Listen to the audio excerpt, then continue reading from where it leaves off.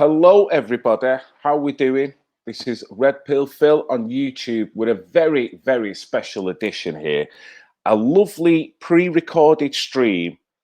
These people have seen the developments like us all. These people have got opinions like us all. One thing I love about these guys is these people are not quick to react like we're seeing in some towns and cities around the country.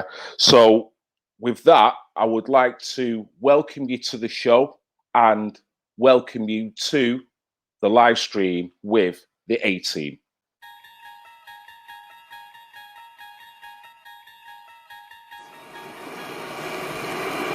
Our impulses are being redirected. We are living in an artificially induced state of consciousness that resembles sleep.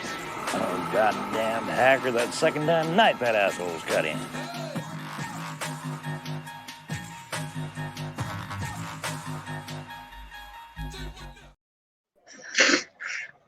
Yes. Oh, that was a bad time to catch you there, Tony Bugle, wasn't it? I was blowing my bugle, quite literally. Literally blowing the bugle. Not really, because throughout the whole show I'm going to be doing it because, sorry, I have hay fever. So, it's been pretty high today. The hay fever, the pollen count is through the roof at the minute. Yes, it's the bittersweet with the good weather. Don't you feel sorry for people that are going out and about that have got really bad hay fever, that are sneezing or coughing or itching, and you can just see people going, wide berth. It's almost an arrestable offence at this moment in time to do any form of gesture that looks like a sneeze. It must be torture. But guys, welcome along. This is part of the A-Team. Hopefully at some point during this recording, there may be other members jumping in and out. Like I say, these guys are all like-minded in their own field, doing their own fight in terms of activism in their own way. But in terms of being like-minded, no matter what the demographic, very much like-minded. So with that, guys, I'd just like you all to individually just say a little bit about yourselves for people who may not know you. I'll start with the Knack at the bottom. Hello. Yes, I'm an ex-veteran. I'm getting over the age of 50. Well, I am over the age of 50. Keeping an open mind about myself. I'm quite a balanced person.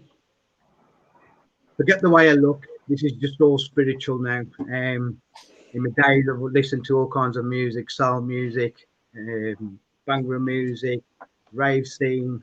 I've been everywhere. I've mingled with everybody. Lived with many as well. And that's what makes me the person I am. And that's me. Keep smiling, Knack. Love that smile of yours. Joy, could you just quickly introduce yourself, mate? So I'm 41 years old, Asian background, Indian, Hindu, good friends with Knack, Tony, and now yourself. Obviously, with us being the A-Team, I was just wondering which one of us lads is Mr. T, but we'll argue about that later. Right.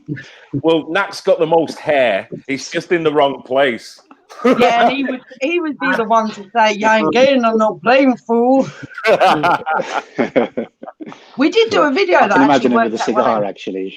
Yeah, I could see that was me with a big cigar, though, wasn't it? It was. Yeah, you were loving that. Well, right, come on, Tony. You jump in. Not that you need an introduction. Everyone on this channel knows you, but for the people that don't. For the people that don't, I'd ask, why not? No, seriously, all jokes aside. So I started off Mothers Against Radical Islam and Sharia. I spend my days giving support to girls who have been victims of Muslim rape gangs and Muslim women who have been oppressed and victimized within their own communities under the guise of Sharia law in the UK. I've given speeches up and down the length and breadth of the UK, including Veterans Against Terrorism. Unfortunately, I've watched every movement do more damage to itself than good. But, you know, you live to fight another day, as they say. So that's pretty much who I am and what I do.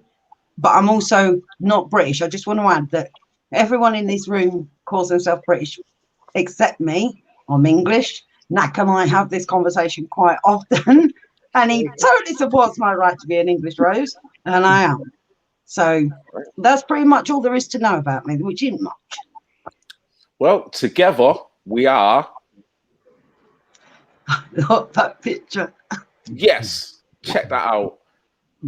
No, it's for anybody who hasn't seen it, they should go and watch that video, because that's about true unity and humour and all the things that we love about each other.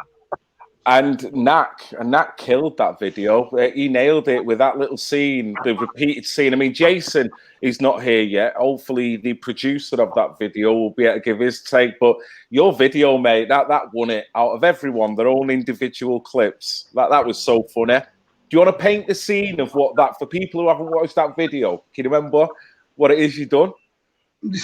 That's a good idea.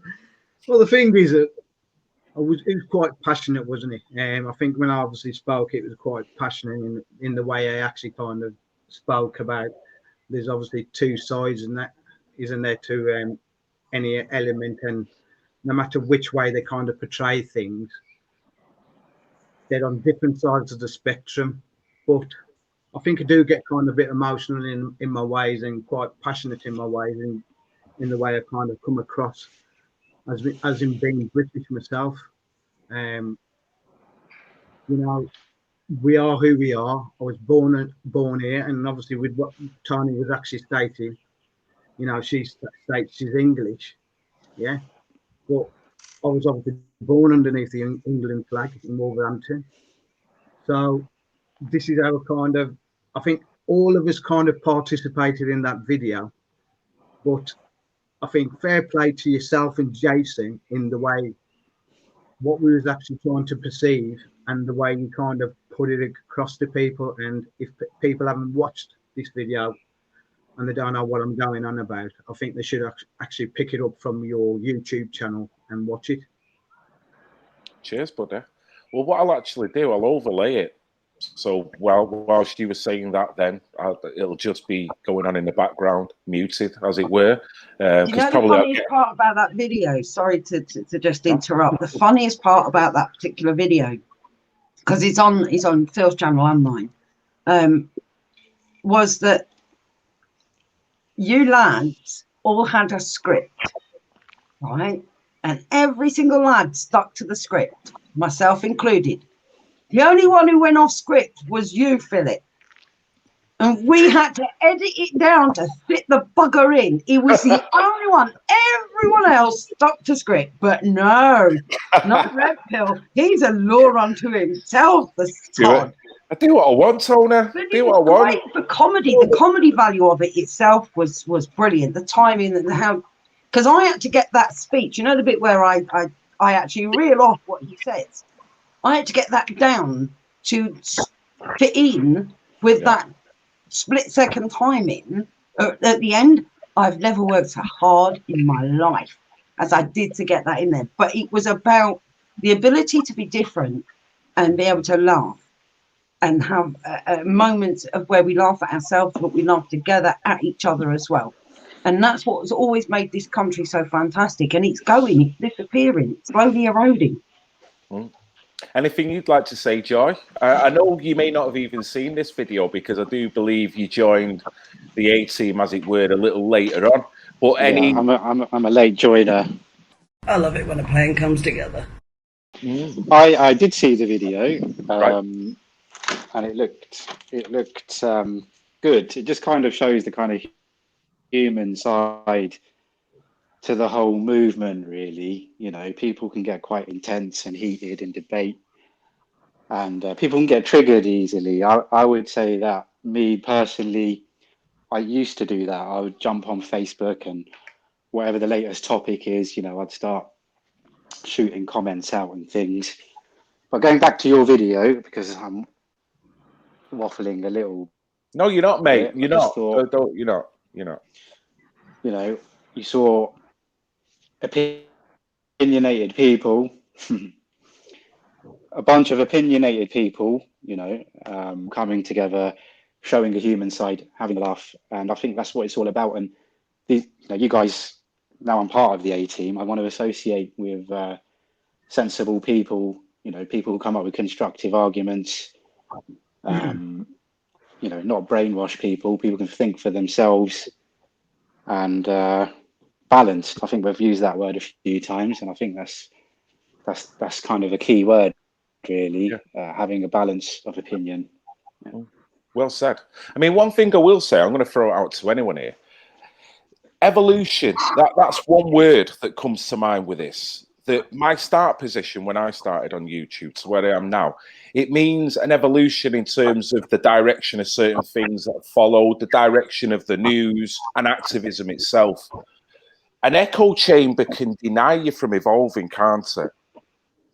If you know what I mean, because you can kind of stay stuck in that rut, which then if you think, well, if you're stuck in that rut for 3 years, you could have had 2 of them years where you could have been developing your knowledge somewhere else, which at the end of that may make you more balanced, more rounded, and, probably better, more chance of getting your point across. I mean, does anyone want to speak out on that? Yeah, you're right. I mean, I could only agree with that, yeah. Yeah, from obviously where I started from, I couldn't obviously find anything on social media itself, which kind of, I would say, represented myself. The reason why I say that is in a balanced type of view. So yes, I did obviously pick up a group and, Veterans Against Terrorism.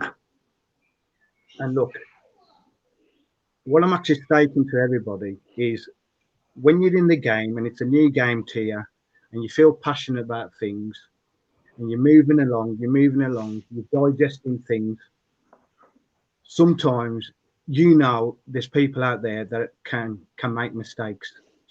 So with their mistakes, you can basically, they're representing you in a way, and you're thinking, you know what, this ain't still right. Do you know what I mean? This ain't going in the right direction. And I think all of us have seen this. You know what I mean? And that's why we've made this 18.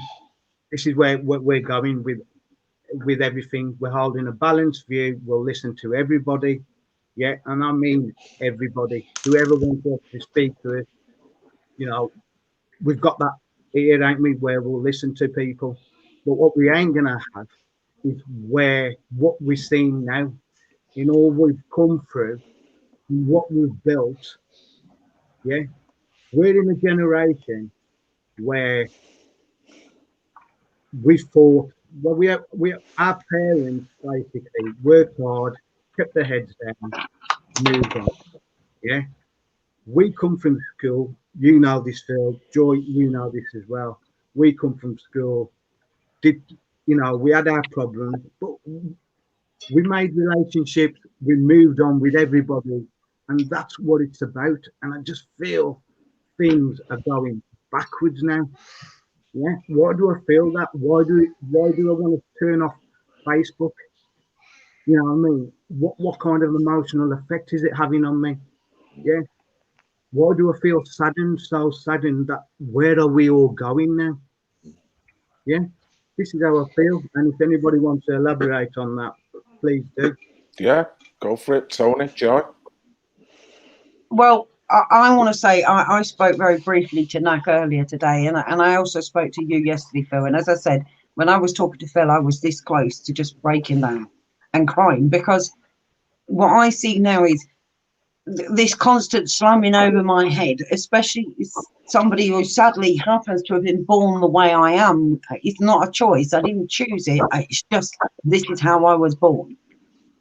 And I feel like I'm being told, not asked what my opinions are, not asked whether I think these things, but told that I am a racist. And it isn't just me. I've got a daughter who is 26 years old, and she was in bits on the phone to me, absolute bits, because her entire timeline was full of posts shaming her, telling her she's got white privilege. And she's sitting there going, but when I say to people, but I don't have a racist bone in my body, I said, why are you justifying yourself to these people? She said, these were friends. These were friends. And they're telling us she should be ashamed of her history, ashamed of her heritage, ashamed of it. And as I said to Nat today, we've got things in our past that's bad. Of course we have. It's part of our history. It shows where we were, what we came through, where did we arrive at. Now I feel like we are being dragged backwards, kicking and screaming, to a time when real race divide did exist. Because when you keep telling people like me and my daughter, you are a racist, you are a racist, no, you are a racist, you're white privilege, you've got this, you've got that. What you're actually saying to people, ordinary people, fear me. Fear me, because if you don't, I can have you arrested, I can have your job taken away from you, I can do this, I can do that. And yet this, and that's what's so great about, when I come up with the idea of the A-Team, I actually named the group the A-Team, actually. And when I come up with the idea of it, it wasn't an idea that would seem foreign or alien to me, because I've always had friends from every walk of life. And we have shown that whether you're Hindu, Sikh, mixed race, white, skinhead, ex-Muslim, Pakistani, it doesn't matter what you are. Why is it that we, a real true variation of people, can all sit there and have a conversation? We agree on some things, we don't agree on others, we agree on more than we disagree on. We can come together, see the problem, address the problem, move forward together. But you're out there telling us all that somehow these people, this group of people, this wonderful group of people and my friends have got to look at me and tell me, one, that I'm racist, two, that I've got superiority over them. I know where white privilege is. It's with the liberal left that are out there protesting with the Black Lives Matter movement. They have the white privilege. How do I know this? They're the ones telling black people. Not just the liberal left, but the far left as well, Tony. Antifa and other affiliated organisations that have weaponised, played a big part in that. And I personally feel that... I'm sorry? And the media. Oh, the media. Well, I mean, okay, let's get into the actual show a little bit. Talking of the media, we've had an incident that's happened today in Glasgow. It seems to emanate around an attack in a residence that's known for housing refugees. What do you guys know initially about this? And initially, what are your first thoughts on this? Who are you asking, Phil? Anyone who wants to jump in. Sorry, I should really direct it. But, you should really pick a person. Okay, Joe, you go first, my friend. Sure, thanks, Phil. So, yeah, what can I say? I mean, my initial thoughts were asylum seekers or supposed asylum seekers coming from all different parts of the world, housed together, and there's usually quite a lot of conflict amongst certain groups. For example, you might get quite neighboring countries that are at it with each other, Afghans, Pakistanis, or Libyans and Syrians. And what people don't realize is the kind of nuances around that. When you're chucking a whole load of people in together, these people only know the country they've come from, and I guess whatever tensions are there, they import them. Yeah, it's exactly, yeah. So that was my initial thoughts. I thought, I didn't really think I didn't jump to the conclusion that, oh, this is terror related or anything like that. I just thought it's exactly what I thought it was. Whether that's confirmed or not, I'm not sure, because I don't know too many details about it. They're not putting it down. It just kind of underscore. Yeah, they are not putting it down as a terrorist attack at the moment, anyway. And to me, they're trying to claim though that the attack was because of the guy was protesting 2 days before about not being treated properly, about shortages, about struggling, going without. And I'm thinking, well, that's half the population of England, especially during the COVID lockdown. And I don't see many of us running around with knives in our hands. Yeah, I mean, talk about a violent attack. Even if you're going to mitigate it with squalor, let's say that, it still doesn't justify doing what you've done. If anyone was, like you say, Tony, if anyone was in a lockdown situation and they had mental issues, even a attack of that severity, you know, it just would not be treated as the same. There does always feel that there's a mitigation when it comes to things like this.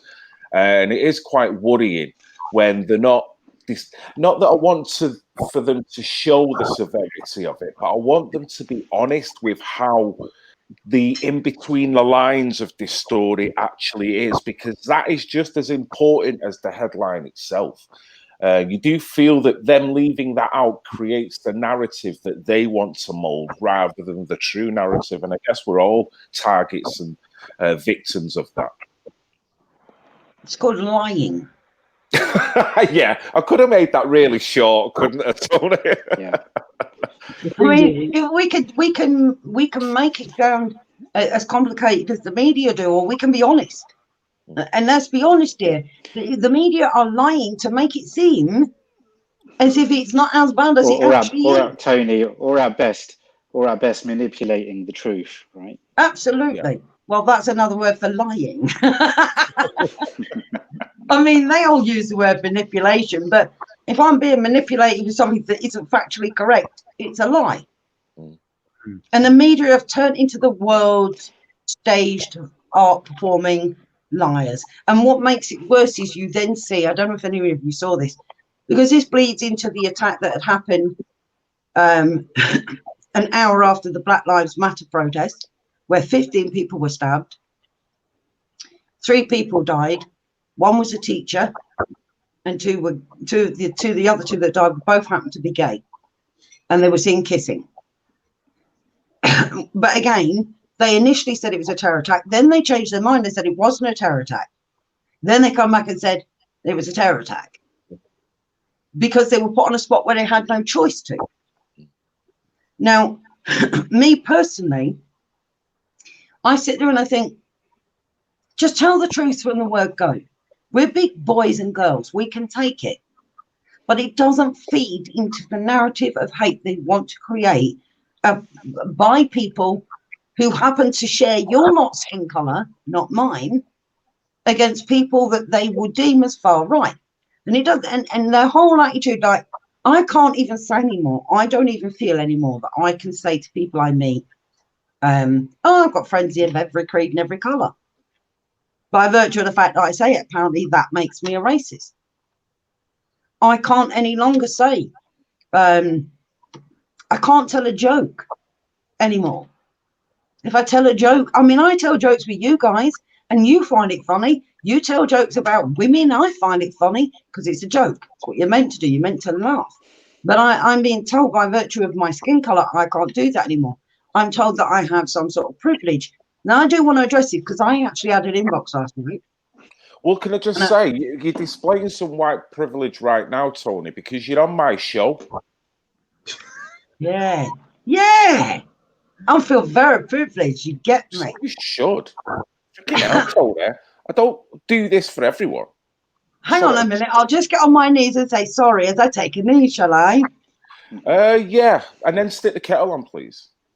Yeah. I've got 2 words for you, and they both ended with that. Right, I know it's going to end up there. Right, quickly, Knack, help me out. What have you got to say on this?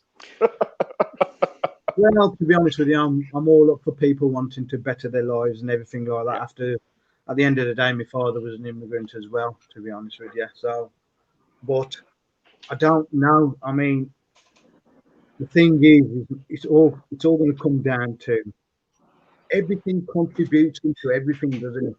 You know what I mean? And people point fingers left, right, and centre. But you're facing a situation now where a lot of groups, individuals, politicians, governments, have made a cocktail for us. And we're looking at it and looking at the bigger picture. Regarding asylum seekers themselves, war-torn countries, what have they come from? What's their family backgrounds? What have they seen? How do they used to sort out disputes, arguments themselves? You know what I mean? I've seen many people, you know, coming from Africa, holding some real good positions, got some real good education behind them. You know what I mean? Really got something about them.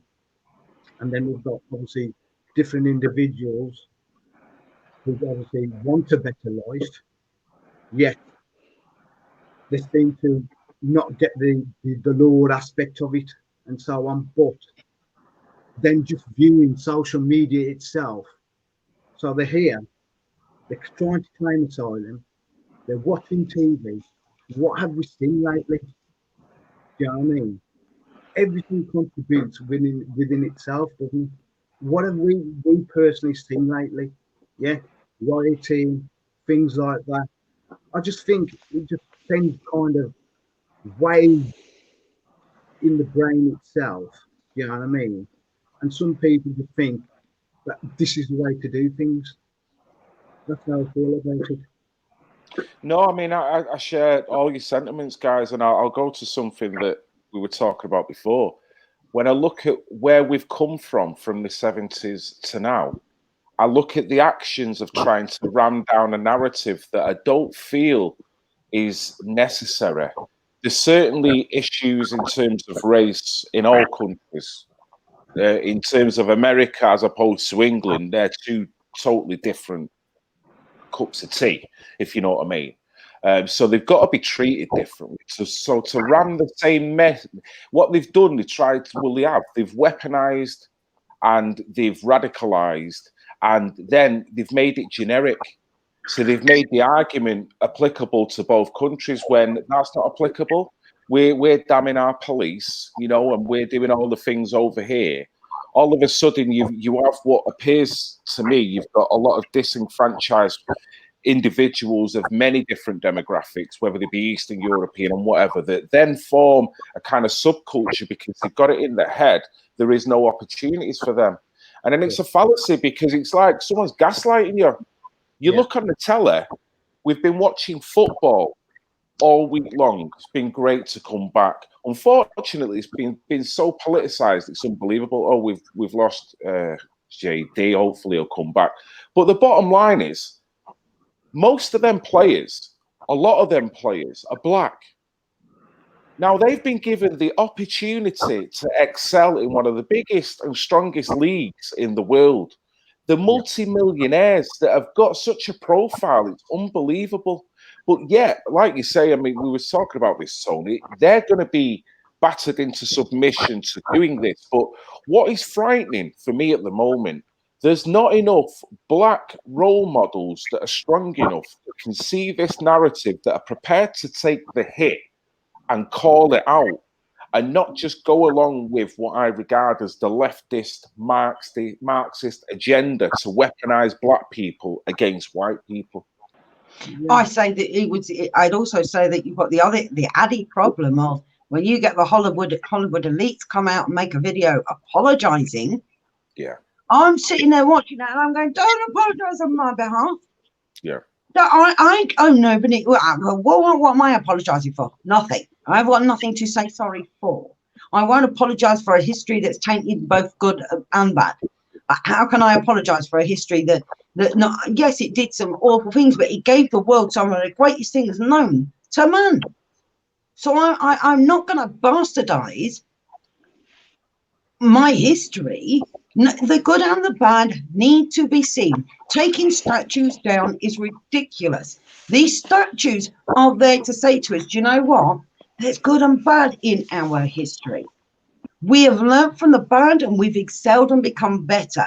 But that's what we need to be teaching. Name a country that's not had the same badness in the past. Name a country that's not got a statue that's attributed to someone that done something a little bit wrong back in the day, that's then made that country very prosperous. Name a country. You go to Barcelona. When they're taking photos of Barcelona, how do they think them buildings were financed? You know, it's the balanced theory of it all. I mean, you go to Brazil, Portugal, how Portugal made their money with their slave trade. I mean, and then go back then, you had Indian tribes. But it's almost redundant to say this because it seems so in your face that they're just the basic points to say, let's get it balanced, guys. Let's not just demonize one category here because they've all played a part in it. And if I really truly felt, guys, I don't know what your opinion is, but if I truly felt that the mechanisms that were in place back then that was doing some bad stuff to many demographics, by many demographics, if I felt they were still in place to the point where that was oppressing me and oppressing my black brothers and sisters, I would really speak up. But I don't feel that happens. I feel it's a bit of a transaction, as in, if you want to get somewhere in life, you need to apply yourself as much as you're expecting someone to maybe help you to rise that ladder as well. So with that, I'm going to, I see Joy nodding. Hello, welcome back, mate. Would you like to speak to Thank anything you. on that? Yeah, I think where your point, hopefully this follows on nicely from that, and where Tony was speaking, one of the things that frustrates her most is, you know, that all white people are being portrayed as racist. Now, as a person of color, what kind of really gets up my nose is that all colored people should be seen as a victim, and I strongly disagree with that. And you know, it kind of touches on your point of having to look back historically and trying to link, you know, atrocities in the past to victimhood in the present day. Yeah. It's a very tenuous link, you know. You know, at the end of the day, I grew up in a council estate. Times were hard, I think, for most of us. Yeah. You know, black, white, Asian, it doesn't really matter, right? You know, but you know, having been born and bred in this country, I can say, you know, there was some racism. You know, because I'm 41 years old, I grew up in the 80s, and I think the peak of racism had really declined by that point. So I didn't really suffer, you know, kind of blatant racism. Yeah. So you know, when I look back now at my childhood, I see there was a lot of opportunity. You know, I didn't grasp all those opportunities at the time, but you know that, and I even played to the victim narrative to a certain point, because at one point I didn't have a lot of English friends. Most of my friends were Asians. We got into trouble. We were pretty much no good, and we believed in the whole kind of toxic victimhood culture. But as I got older, I realized, hang on, you know, if you work hard, the opportunity is there. You can make, you know, you can make a good life for yourself, regardless of color. It's completely irrelevant. And it's only, you know, really after I came out of uni, started mixing with a lot of English people, that, you know, my personal opinion is most working class English people are the least racist bunch out there. Well said. And it's the white it's the white middle class liberals that are the kind of indirect racists, yeah, because they're trying to keep us as pets. You know, you're a victim, we'll look after you, we'll hold your hand. What do you need? We're here for you. And I just want to put my middle finger up to them and say, look, I don't need your help. Yeah, we can make it on our own. We can look after our own. You know, and we've got no issue with color, right? We mix with people of all colors. We just want to get on and work hard, and you know, we're all proof that if you work hard, you know, the world's your oyster, really. Yeah. You can be one of them Premiership footballers that's now taking the knee and telling black kids that they'll never get to that position. That's the weird one. Tony, sorry. This is the interesting thing, I think. So you've got, from your perspective, you've got these black football players saying, you know, you're never going to be as rich or as famous as I am, no matter how good you are at football, because you're oppressed by white people. Then you've got the white liberal guilt, where they're out there and they're saying to people who are black, we're so sorry we've got white privilege. But you're literally saying, I am better than you. I, as a white person, I am better than you. When I walk down the street, I see a man, I see a woman. When I've said in the past, to certain degrees, I'm colourblind. I don't walk around going, oh, black man, brown man, white one. I just don't do it. So actually, to a degree, I am colourblind, but I'm the one that's told. that I'm racist. And I'm told by the very white liberals that are up there, and I'm told by the very same people that are telling people that as a football player, you're never going to make it if you're black because you're oppressed by white people. And the bullshit of this and the anger that it's creating, especially within the working classes, it's before long you're going to have all these different divides. You're going to have the black community on one side. You're going to have the white liberal guilt standing with them. Then you're going to have the white, hard, far right, hard right, racist, xenophobic assholes who just hate anybody who isn't their colour. And right in the middle is all Oslo. Yeah. But we're getting dragged along from pillar to post, all told we should be ashamed. You guys, every one of you on here, will be deemed by the likes of Black Lives Matter as coconuts. Or Uncle Tom. I'm waiting for them comments to come. Or whitewash.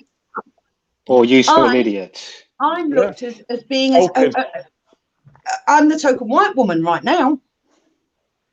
To all intents and purposes, I've never been that before. The one reason why you're even more the token white woman, because we've just received another female guest. Another female guest as part of the 18. And that female guest, if she's ready, looks like she's still getting herself. So, oh no, she looks like she's on. Thumbs up. Is Sadia Hamid, another member of the 18. So, hello, this will be the group I put together because I'm so fucking racist. I'm such a racist. I went out and I went, all my lovely friends that I love, let's get a group of us together.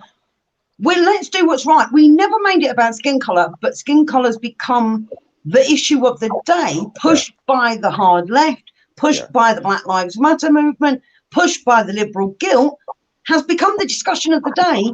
But we all went about our business doing what we do, helping the people we help, doing what's right over wrong, not left over right, not black over white, just right over wrong. That's right. But I was the one that put all these people, these wonderful, amazing people together, but I'm apparently a white supremacist. How do you lot feel? She's making me feel very unattractive. I'm going now. No, you look lush. How do you do, Sadia? It's the first time we've officially met. Welcome to the Red Pill Phil show. You're in good company. It's brilliant to see your face on the stream.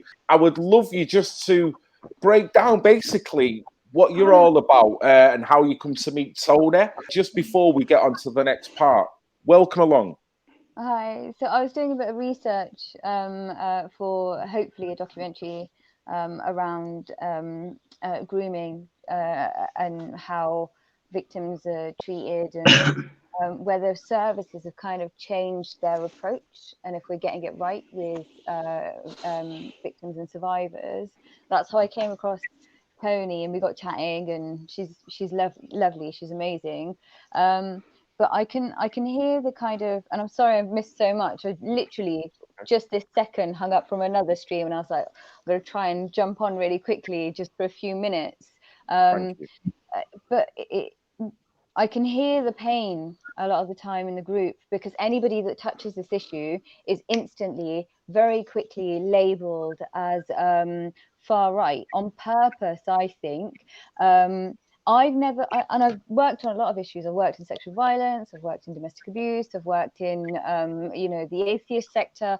I've never felt the backlash that I felt when I started getting involved in this stuff publicly, because I'd done it privately before. I've done it in professional arenas. But as soon as I kind of got involved in the grooming gang issue, the backlash was completely different. The allegations of racism, bigotry, etc., were quite quick. And I'm actually from the same background as some of the perpetrators. What my aim is to depoliticize these issues, because by politicizing the issue of grooming gangs, the victims aren't getting justice. Anytime any issue is heavily politicized, what you'll find is that the victims fall through the cracks. We're supposed to be like, now we're supposed to be victim focused so that we can get justice for the victims. I don't really have any care, compassion, concern towards the perpetrators, or indeed the people who want to protect the perpetrators.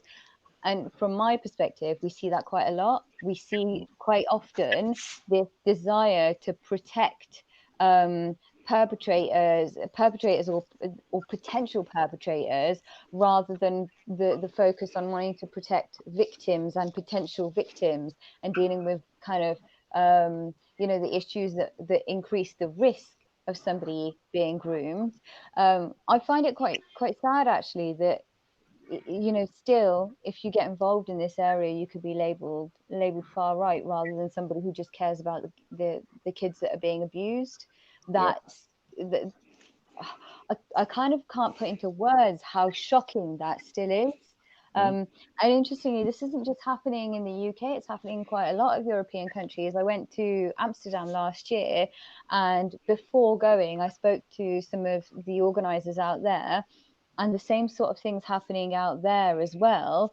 And similarly, it's heavily politicized out there. I don't understand how this one crime has become politicized to this extent, where no matter who's talking about victim safety, you're accused of being racist or far right. How we got here, I do know how we got here, but Sadia, in your opinion, and you're sorry to butt in there, but in your opinion, do you think that is a tool to silence the actual crime itself, to taper it out, to make it seem not as much as it actually is? I mean, what do you think the reason is behind that? Because from my perspective, it doesn't seem overtly it's about protecting the colour skin of the perpetrator. It feels, because there's too many inconsistencies, there's probably too much hypocrisy and double standards when this argument is applied, like you said, that it seems to move all that. I'm only left with, there seems to be something sinister why they keep doing this. What's your view on that? I don't know, if I'm honest. One can become very conspiratorial when we don't have all the facts. I think sometimes it's very easy to kind of go down those roads. Honestly, I don't know. What I know I've seen over the many years, and there's a bit of an overlap. It's how I became interested in it, because I saw this same sort of behavior when dealing with honor crimes, that there was this desire to protect the community from external scrutiny, whilst the community simultaneously became increasingly insular. And anybody that used to mention honor crimes or forced marriages would instantly be accused of racism. But I saw that overlap between the two crimes, that the same thing was happening with grooming gangs as was happening with honor crimes. It's less so with honor crimes. Over the years, it's become slightly easier to talk about it, but as these crimes are becoming heavily politicized, what's certainly been happening is, over the years, we've seen the Muslim community or minority communities as victims, which has prevented people from treating this as a crime. Like, anything that minorities do can never be a crime, because they're only victims, they're never offenders.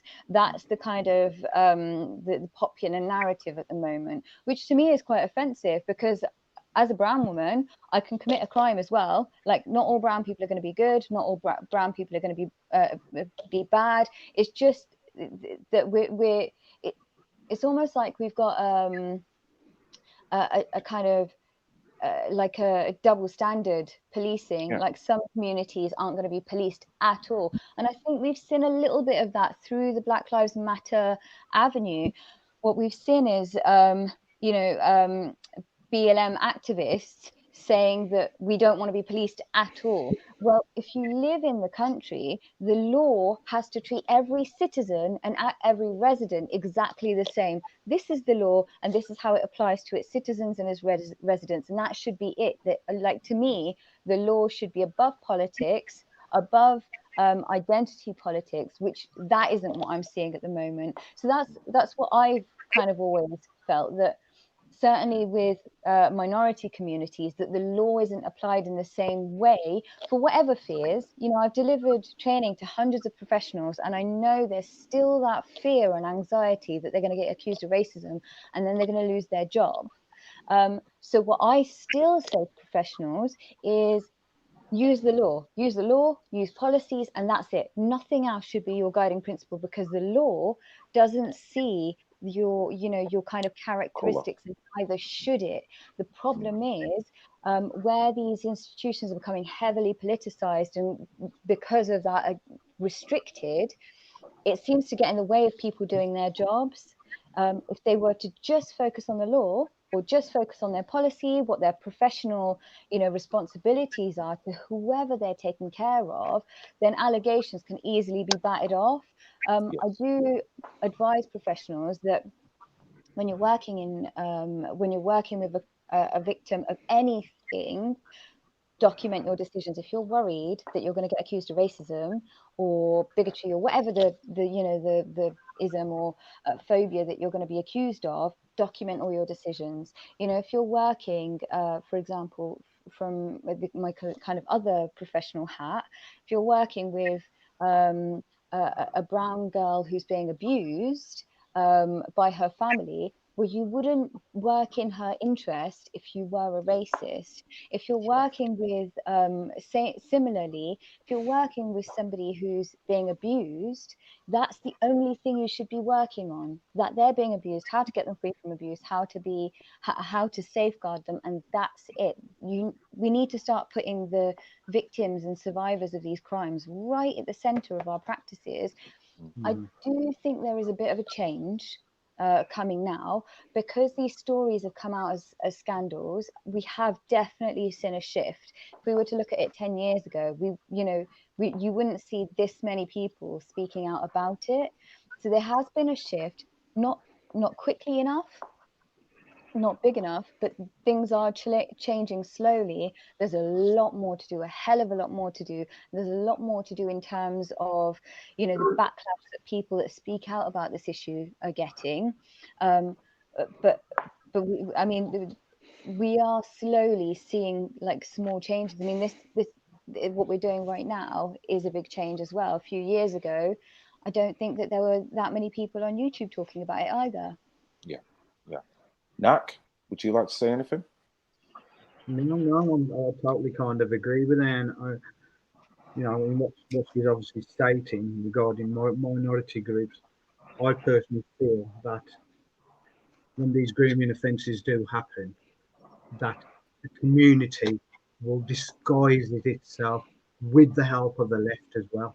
Yeah. I believe in my community, and they're not all saints, I'll tell you that straight, but in my community, when something happens, we will put it personally out there ourselves. And that is the difference in some kind of minority groups. And that's been proven, Nak, by your community. It was when there was a Sikh guy involved in one of the grooming gangs and he got sentenced. Your community came out and wholeheartedly said he is a Sikh, and what he's done, we wholeheartedly condemn. And that's the same when it comes to I hate this term, but the white community, brown community, black community shit is going on right now. But when Jimmy Savile got exposed through the BBC, listen, I'll tell you what I'd love to see. I want to see the statue of guilt pulled down from outside the BBC studios, because the man was a nonce. Yeah. Why if they want to pull a statue down, I'm all for let's all tail it down to the BBC studios and let's pull his statue down. Well, it's trendy at the moment, Tony, to statue purge. Fashionable, but the wrong kind of fashion, isn't it? Well, it is. This is the problem, and this is what I mean by. But we called out the Jimmy Saviles, the Stuart Halls, the Rolf Harrises. We made no apologies for what they did. None. We made no excuses for it. Neither did the Sikh community. And I've been doing this for a long time. And honestly, Sadia, I will say this to you. You will get to a point where somebody will throw the labels at you and you'll look in the eyes of it. Listen, I've sat down with girls that have gone through things that people can never even begin to imagine. And I've looked in their faces. And when somebody screams racist, fascist, Nazi, bigot, her face is the only face I see. Call me what you like, so long as I help her. I have sat down with a young Somalian who I brought into my own home because she fled honor-based violence from her own family, not from me. And I knew that by doing so, by taking her into my home, by being there for her, by supporting her and getting the help she needed, I risked her own family finding me. But you know what? When I looked at her face, how could I not do it? So people can label me all they like, but this whole new wave that we're seeing now, this fresh wave of if you're born with my skin color, that you're a racist, I would go to any of the left that accuse me of being a racist that are up there with the Black Lives Matter and say, please tell me how many Muslim women you've taken into your house. Point me to one, just one, that you have been there to help, because you haven't. And I called about actually Veterans Against Terrorism. We had a lefty in there that was screaming in a veteran's face that he was a racist and a fascist and a Nazi. And I asked her the same question, and I asked her very calmly, and she couldn't answer. I said, you can't answer because you've never done it. So until the day you have, don't come at me with this. Yeah, this is what I mean, though. These issues have been heavily politicized, and actually, statutory services have a duty of care. They shouldn't be thinking about politics in any way, shape, or form. They shouldn't be thinking about the backlash that they're going to get in any way, shape, or form, because that's But that's political correctness, Sadia. Yeah, well, that's when you fail in doing your job. So I pay for these services. I pay my taxes. I pay for healthcare. Pay for social care. I pay for the police. Do you know what I expect? If there's a crime being committed, if somebody needs social care, if somebody needs healthcare, that those services provide that service without condition, without fear of backlash. Because if they're letting abuses continue, then my taxes are going to waste. I don't care about the politics of any victim. And I think also when somebody the support one gets is conditional, well, that's a really bad state to be in. You know, that's a really bad, like we see these kind of issues happening in certain countries as well. For example, I was talking to somebody who from Pakistan a few days ago, and he was saying, you know, his daughter his daughter had some issues, and he was trying to find a hospital to take her, and he said he had to go from hospital to hospital to hospital because no hospital would take a Christian patient. We're not that kind of country. We never have been. You know, so this was in Pakistan.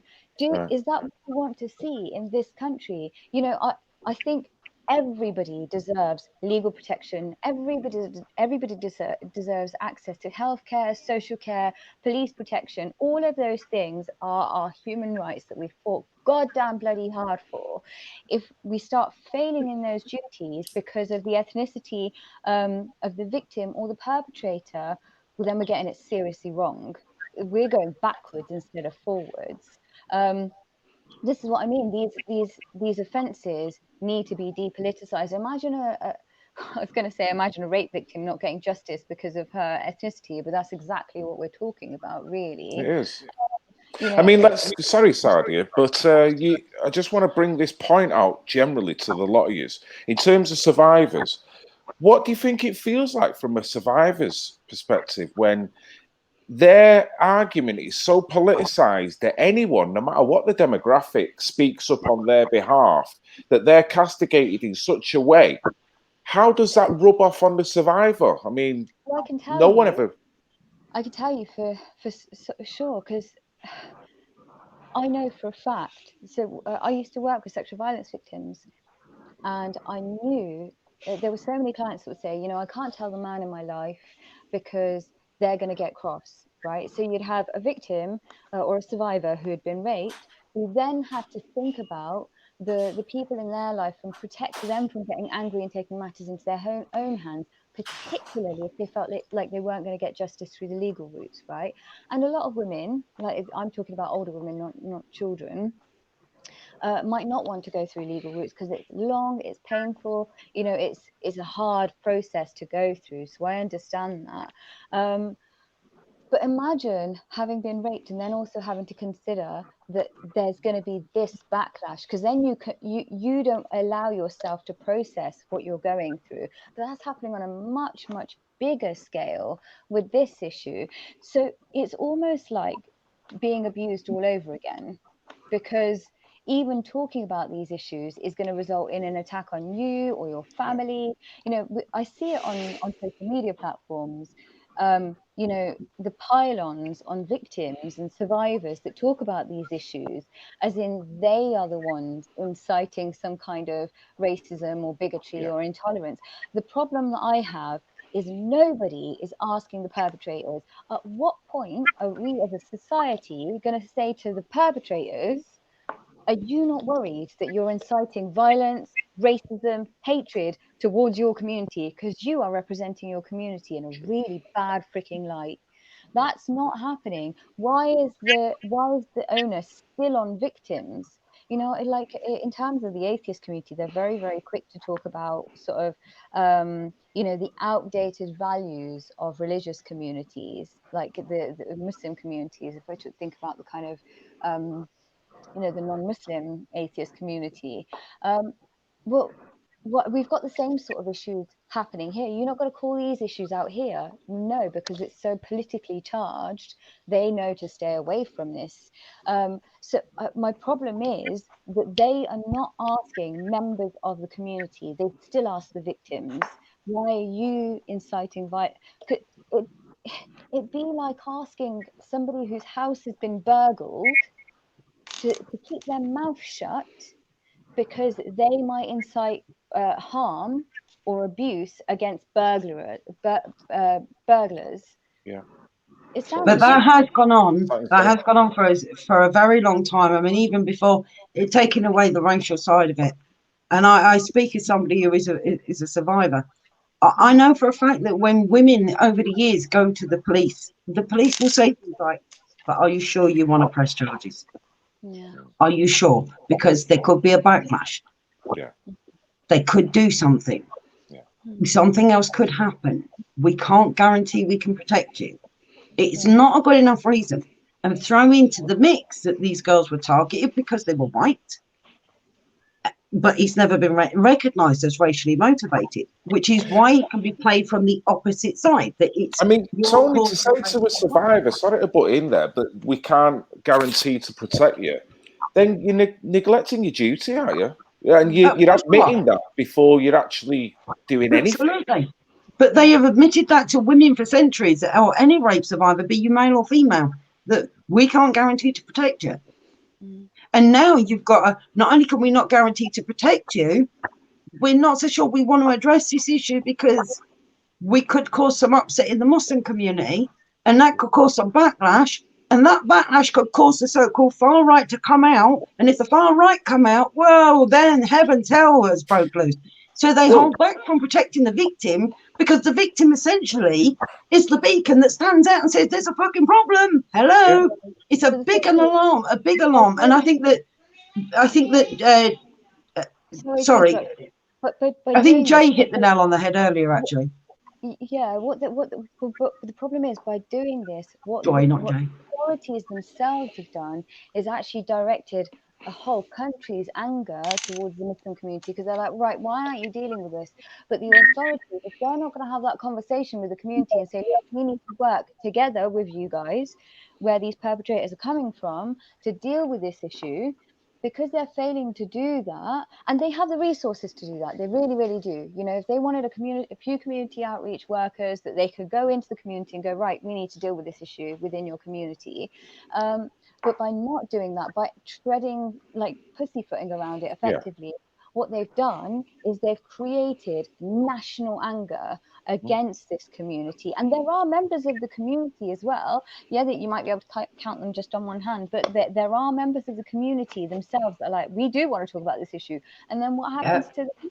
They get accused of being coconuts and Uncle Toms and all of the kind of labels. Which brings you all the way back to what we were talking about. And it doesn't help. It doesn't help when you see the likes of somebody like, I don't know if any of you saw this, Sadiq Khan was asked by David Curtin whether he was actually carrying out any investigations. And this was after that he'd had the whole Black Lives Matter thing shoved down everybody's throat. So he asked the question, are you actually carrying out investigations in London? And Sadiq Khan's first response before he said anything else, are you asking me because of my ethnicity and my religion? He didn't give a toss about the victims. It's irrelevant to him, the victims. So he's trying to pull a race card there where he should be answering as a leader. That's what the response is supposed to be. I know Nak's reaction to it was one of absolute outrage. I've never heard that either. Me and Nak were both like. So if he's having a challenging question, is that his go-to response? Are you now picking on me because I'm this colour? I mean, you Yeah. know That's what? exactly what his response was. Not just this colour, but his faith. His faith Yeah, as he well. did Yeah. say, he did say, but Wasn't that's the enough trouble, though. But that's the to trouble, just use right? the race We've got card. people in positions of power who are supposed to be accountable, who are supposed to answer questions about when the failures arise. But rather than addressing the question, he was just like, right, do you know what I'm going to do? I'm going to play victim here Yes. because I haven't got the answer to that question. Rather than going, do you know what, I have messed up here. And actually, some of the front runners in this kind of arena were Nazir Afzal. He was one of the leading. I think he was head of the CPS, wasn't he? So he was dealing with it head on, which was brilliant. I love the fact that we had someone from, say, inside of the community dealing with it. But the crap he got as well, I've heard from inside of the community what they say about him because he's a brown man saying, look, there's a problem in our community. But it's a get out of jail free card, isn't it? If you just say when you're asked in a position of power, what are you doing about this? What are you asking me because of my race and religion? Then people around the table are going to all of a sudden go, I shouldn't have asked that. That's exactly what happened, because David Curtin's response was very good. He said, no, I'm asking you because you're the police and crime commissioner. Yeah. Exactly. To which the whole panel went, okay, we're moving away from what the discussion was about. Can we move back to where we... So you didn't even want to talk about the problem. And this is the problem with the Black Lives Matter movement. It's the problem with the whole Muslim... We're victims of racism movements and the political hard left. The liberal left, who wear their white guilt on their sleeves like a badge of honor. If somebody said to me, if somebody could actually show me that this privilege that I've got, that I supposedly have, I'd sit there and go, shit, I didn't know I had it. I didn't. No. Because do you know what? I grew up in council house. I've no shame in that. We didn't have a pot to piss in at all. My father was a bit of a Del boy, so he spent more time on the wrong side of the law than on the right side of it. By the time between the age of 8 and 10, I was being molested and sexually abused. By the time I was 15, I was being gang raped. By the time I turned 15 and a bit, I'm living homeless on the street and I'm fighting a girl for cardboard. Cardboard. I would ask anybody, unless you've been in that position where you've fought a person over a piece of cardboard, don't tell me I've lived a privileged life. I've spent my whole life fighting to get back up off my knees where I was kept down. Where's my white privilege? I don't have a white privilege based on my skin colour. Look at your life, Tony, and then look at Sadiq Khan's life. Who's got the privilege there? But because this new sort of form of victim, BME victimization, because of the melanin in his skin, he's forever going to be a victim. It's absolute trite. He could become the mayor of London, but he's forever going to be a victim. Come on, give me a freaking break.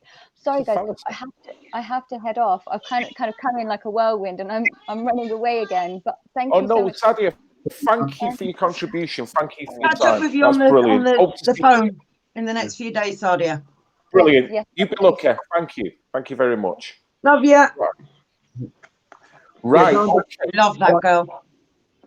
Yeah, she was very good. Yes. Very good indeed. Sorry, Nat. Let's talk about white. Let's talk about white privilege. Yeah. Okay. I'm going to slightly disagree with you here, right? Because I believe in this world and in parts of history there have been people of all races and colour that have had privileges, right? When we talk about privilege, we talk about the elite. We talk about the rich. We talk about the wealthy, right?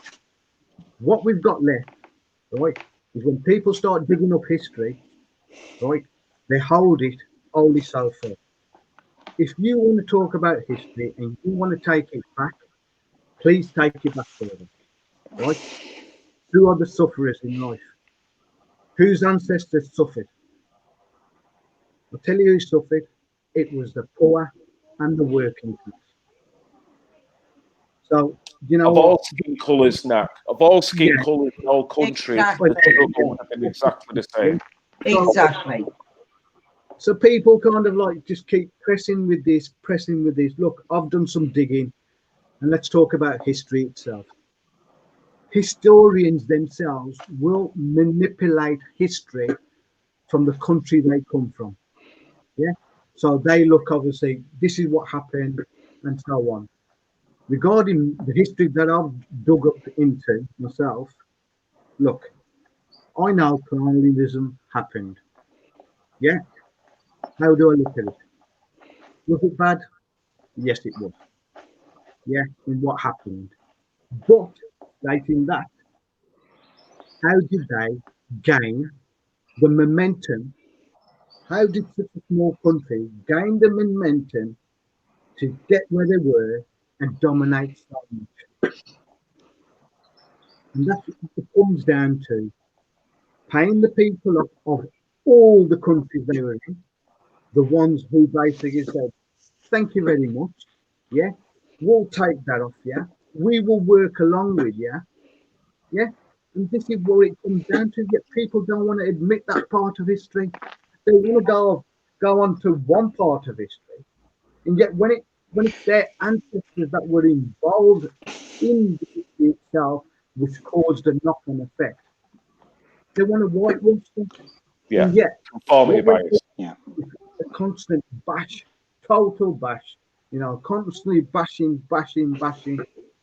Look, I'm not into this colour business. Black and white, brown, this, that, the other. I've never looked at you, Phil, and thought, you know what? That's black, Phil. Never kind of crossed my mind. Yeah.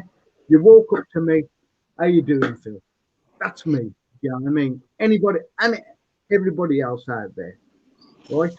What we've seen in the last couple of weeks come from America itself, right, is a complete new issue. How do we feel about it? It is a colour thing itself, within itself. Black and white, black and white, black and white. I thought we went past this, right? How do you feel about it? I mean, the thing is, Phil, in what I've actually stated earlier, look where we've seen the 70s, we've seen the 80s, yeah? You know what? We went to the disco, girls dancing around the bags and things like that. Everyone kind of just moving forward. Where are we now? How is America itself, yeah, caused so much damage within this country? Yes. And I understand about police brutality, yeah, where I actually come from. I've seen 2 riots, but not every policeman is bad, yeah. And what people have to understand about America itself is trying to entwine itself into Britain. If you look at America, you look at the police forces of individual states themselves. Every state has got different rules and control in this state. Yeah, some obviously states have moved forward. Some states are basically still there regarding these procedures, kneeling on people's necks. You know what I mean? But even down to say the decisions that they make, Nak, like you say, some states are different. It's not just all colour based. The differences, let's say, even down to what age you can get married, and there's a whole manner of differences that you can go from state to state.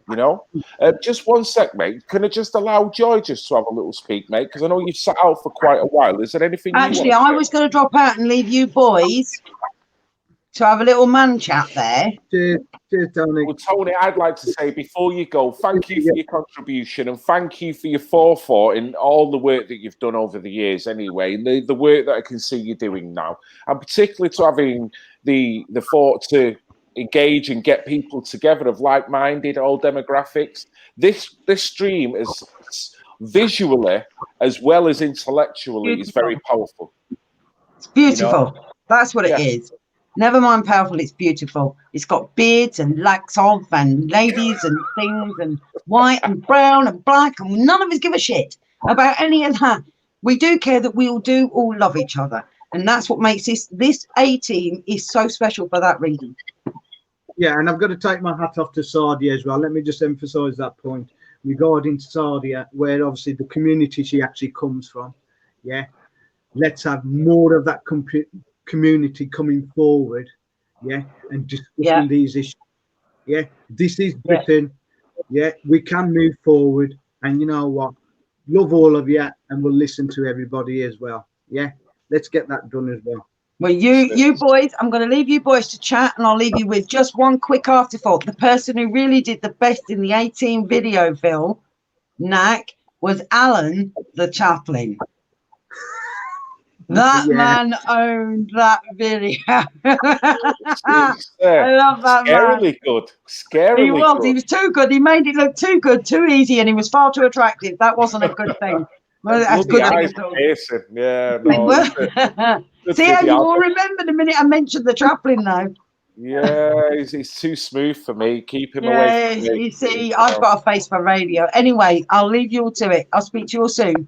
Bye. See you later, Tony. God bless. Bye, Tony. Okay, Joy, mate, anything you'd like to say over what you've just heard, or just I mean, yeah, sure. I mean, I'll just kind of wrap up my thoughts because I'm going to sign off shortly as well. We've covered quite a few topics. It's been quite in depth, and it's been great to get everybody's perspective. It's been really educational for me because I'm more of a, I'm not as much of a public figure as you guys. I'm more of a behind the scenes person that kind of supports all your work, right? But you're just as important, Joy. Me doing this now, I don't feel I'm any more important than what you think, your brainwaves, your perspective, than what you've lived. I'm certainly not superior, mate, I appreciate it.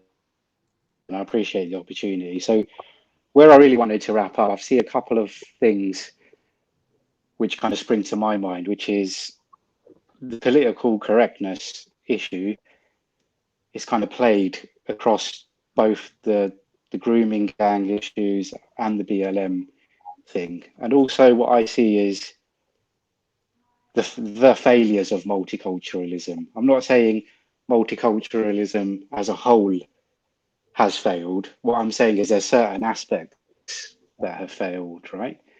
So I think one of the key points with Sadia's insight into the whole grooming gang is the priority is all wrong, right? There's no priority in safeguarding the children and protecting the victim. All of the priority is focused on protect that community.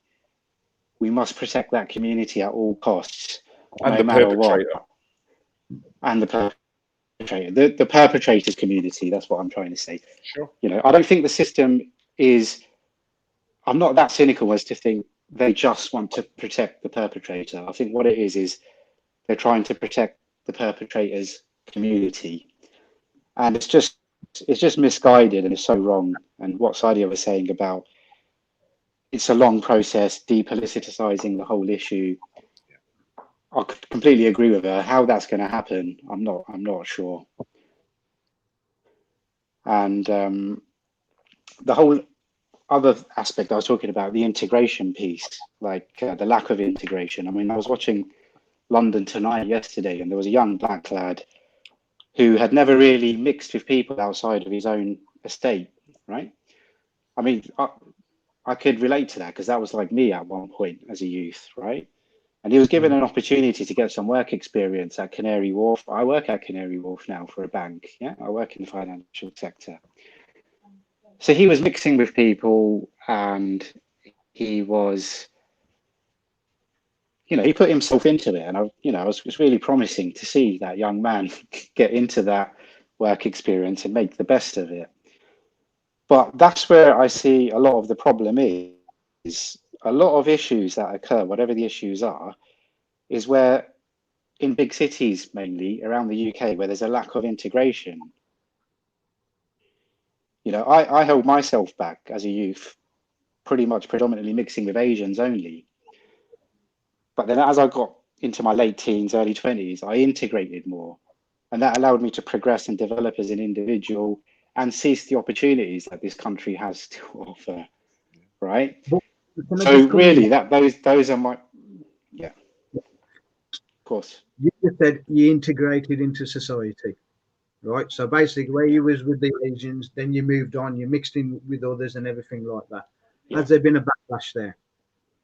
Have you ever had a comment say, you know what, you should be with your own community, mixing with these instead of going where you're going and stepping out of the zone? Good point, that. Good question, Gernak. But to be honest, for me, I was always an outsider because I'm a Hindu Bengali Indian, a bit of a kind of odd mix and a bit of a, you know, small minority, a minority within a minority. And all my friends were Pakistani and Bangladeshi Muslims. So I never really quite fit in anyway. But those are the guys I kind of grew up with and I was around. And was there a backlash? No, because they didn't really consider me fully as one of them anyway. And I would say that's more on religious grounds, because I'm not a Muslim and because they are.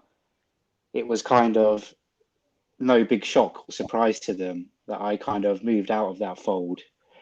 And in terms of, you know, personal experience and benefit, you know, as I transitioned away and became more integrated, I can only say that, I'm going to repeat the same thing. It's made me a better person, and I've been able to better my life and seize opportunities. So, well, the obvious thing for me, Phil, Joy, with you doing that, sorry, mate, to butt in, but it gives you more broader knowledge, and it gives you better understanding of all people. We're all one race regardless, but isn't it funny when we get ourselves into these little pigeonholes, these boxes? We forget we're a human race. We're so secular on what we're supposed to be and what our skin colour determines, and you forget that outside of that box, if you was to have a little experience of meeting people from every part of this globe and that section, imagine how powerful you'll be and the friendships you'll have, collaboration. I mean, if we had a more integrated society, a lot of these problems wouldn't be as prevalent. Those are my thoughts. I agree. And that's why I want this black and white thing. I will not step into this black and white thing because it's all about experiences in life, isn't it? Yes. So experiences in life will give you that perception in your head. And my perception in my head, I know every colour out there and religions. You know what? They've helped me in life. Yeah, I've seen them. I've lived with them. They're my friends. They're my brothers, sisters. You know what I mean? And that's what it's all about. Yeah, I just don't want to go down this route. It was like, am I even allowed to mention Love Thy Neighbour? Hey? I don't know if you've seen this film, Love Thy Neighbour. They made this film, Love Thy Neighbour. You might remember it, Phil. I don't know if you do. It's a TV show, Love Thy Neighbour. Yeah, Love Thy Neighbour. Oh, believe yeah. Me. Brutal, mate, compared to now. I mean, imagine how that would be regarded in today's society, mate. Exactly. But, you know, there was an Asian geezer in there. So what happened in this scenario, in this obviously program? I think it was a film anyway, but they had the dark browns on one side, yeah, and the fair skin on the other side, yeah. There's a dispute going on, and they were saying them obviously what we call as bigotry terms now, and etc. and so on. You know, we're not allowed to use them, but we move on, we learn from it, and carry on. Yeah, they had this Asian in the middle. Yeah, a word kind of sometimes a dislike when it comes out in media, in who's who, to be honest with you. But they had this Asian in the middle, and one side was shouting. He was saying, well, what side do I actually go on? Do I join you over there or do I join you over there? Now, obviously, the fair skin was saying, look, you're one of our brothers. You need to come over here. Right? On the other side, you had the darker brothers on the other side saying, no, you're one of our brothers because you look more like us. You know what I mean? I mean, is this where we're heading? It is. No, it's like, no, we're not heading, mate. In my opinion, we're there. It's almost like pick a side. Pick a side. Either you submit as a white person or you end up becoming what they regard as the racist, because by very definition, the term now racist means someone who is not going to buy into the kneel on the neck narrative. And it's disregards a lot of people with that. If it ever comes down to that, hopefully, you know, being British, right, we can sort this. We know the influences of America coming. We know, obviously, you know, regarding this group itself, it's got a Marxist agenda behind it, right? but I do still believe that we can move on with it, see it for what it is completely. But stating that, if it does come down to, for me, you know what, you need to pick a side. Yeah, because there's numerous debates going on out there. Yeah, I've got friends think, you know, everyone's got their own point of view. As the internet gives a, you know, as the internet promoted everything with the media. But what I'm coming down to, if it comes down to picking sides, I'd much rather walk away from it, yeah, and live my life with a bit of peace. Final words, Joy? I think the kind of resounding overall overarching message even, and which is why we're also like-minded, is we're all kind of yearning for a peaceful solution, trying to look at it in perspective and just putting on a united front, really. Because at the end of the day, these sort of issues, unless there's a united front, we're not really going to be able to overcome them and move forward, right? Well said, mate. But Well said. it's the crazy numbers, ain't it? The thing is, whilst it's all going on, and what we haven't kind of really spoken about is what we really know, what's happening underneath all this as well. So we can see everything on the surface. We've got the deeper picture of what this movement's completely about. So, you know, we know about that. But underneath that itself, we've got a far right movement. Now, when I talk about far right, I'm not talking about what they class maybe us as. Yeah, you're part of this movement. What I'm talking about is the extreme far right. Ain't they kind of rubbing their hands and saying, thank you very much, Phil? Right into their hands, yeah. Tony brought it up before. I think the only people that are prospering now, liberals, far right, far left. The people in the middle, the normal people that have worked out in society that it's about content of character, not colour of skin. We're going to get on. We'll be all right. You know, we're the ones that's being battered from all sides with this. And it's unfortunate that we probably do have to say it. If we're like a small group of people like this, you will get people filtering out to either side because they can't take what's going on in the middle there. And that's how I feel, you know, we're all getting psychologically beat down. If you're not strong-minded like yourselves on this stream and going, I'm not buying into any of this, and I'm not going to react to any of it either, you know, we're all targets in that sense. So, you know, I don't know whether any one of you guys want to finish off, but basically I'd like to finish off my part with this by saying, this stream has been a delight. It's been a pleasure. It's probably been the first of its kind in terms of the different demographics and the like-mindedness and the engagement and all the different topics that we've had. If anyone feels that there's no hope left, you've got to look at streams like this. Because for me, streams like this show that you've got every bit of hope, because we're just three, maybe 4 or 5 individuals that have just partaked in a stream talking about it, coming from many different backgrounds. Imagine how many other people who are watching this, who are feeling just as exacerbated, that are in that little position that we are, that are just the same in terms of demographics, and going, thank you. Someone does appreciate. Not everyone is expecting me to get on the knee. Not everyone believes because I'm talking about grooming I'm necessarily a goose stepper, you know. And I think the more people that do that in our communities, the better, and the more that we can see that we're all one, the better. Yeah, most definitely. Nicely put, Phil. Right, so I've looked at. Oh, Knack's on it. Knack's on it, Joy. There's no getting him off. He's like a wind-up toy, isn't it? He's just getting started. Everybody, what I would like to say to everybody, there's always these extreme pockets. We know there's extreme pockets everywhere. And it's in every colour. So let's just get our heads around that, right? But I would just like to say that this is my country. This is where I was born. This is all I know. And the way I've been brought up, thanks to my father and my family, and the way, and all the people that have come through life that have been around me and known me and made my life a pleasure. I've had my downfalls. I'm not saying everything's been cool, but you know what? I'm moving on, right? But love to you all. Any colour. I love you all. Yeah. Let's make Britain great, right? By moving forward together. Mate, I think you could have. Well, you have.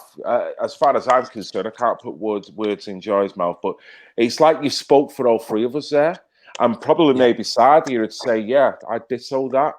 You know, I think that is the statement that really reclaims your position on this, rather than what ultimately people may think your go-to position may be because you've got that beard, because you've got that colour skin. Same again. You, for me, you're showing that you've got your own mind, Knack.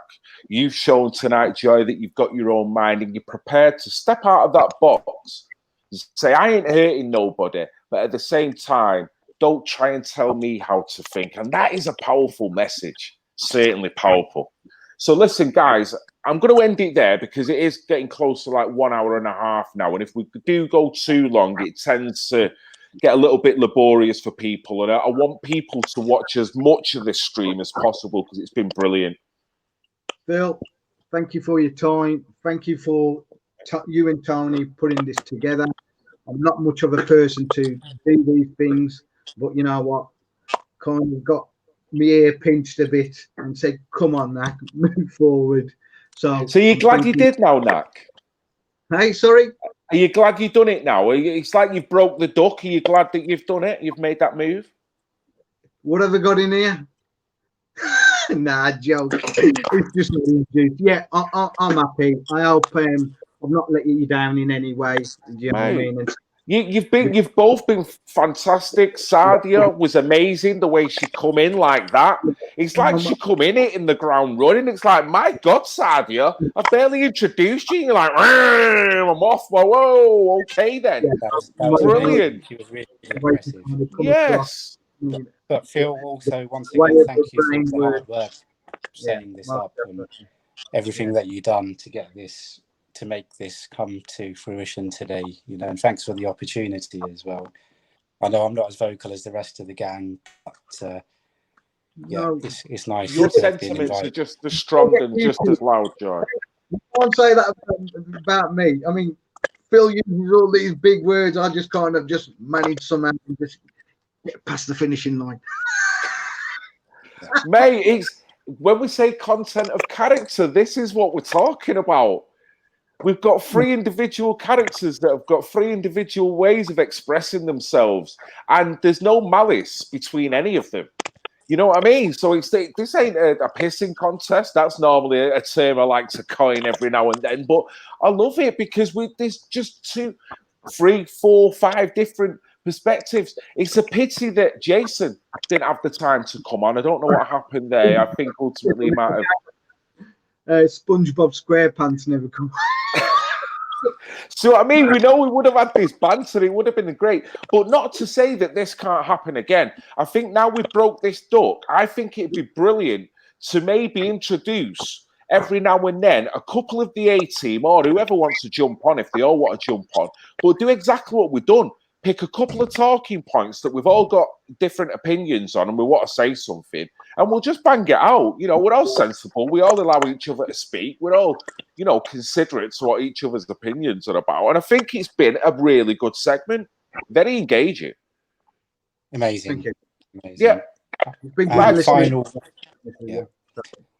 final thought of the day for me really is, I've said that 3 times, so it's my third final thought of the day, right? Go for it, mate. I think all this kind of getting together, thrashing it out, it all stems for the love of our country, right? Same as Knack, I was born here, you know, I love my country and I want the best for it. So with the country's best interests at heart, you don't want to see it go down the pan. So you know, you feel a moral kind of obligation to speak up and get active about it, right? This is literally putting something back into society, isn't it? You know, injecting positivity back there where you can see it's evaporating, you know.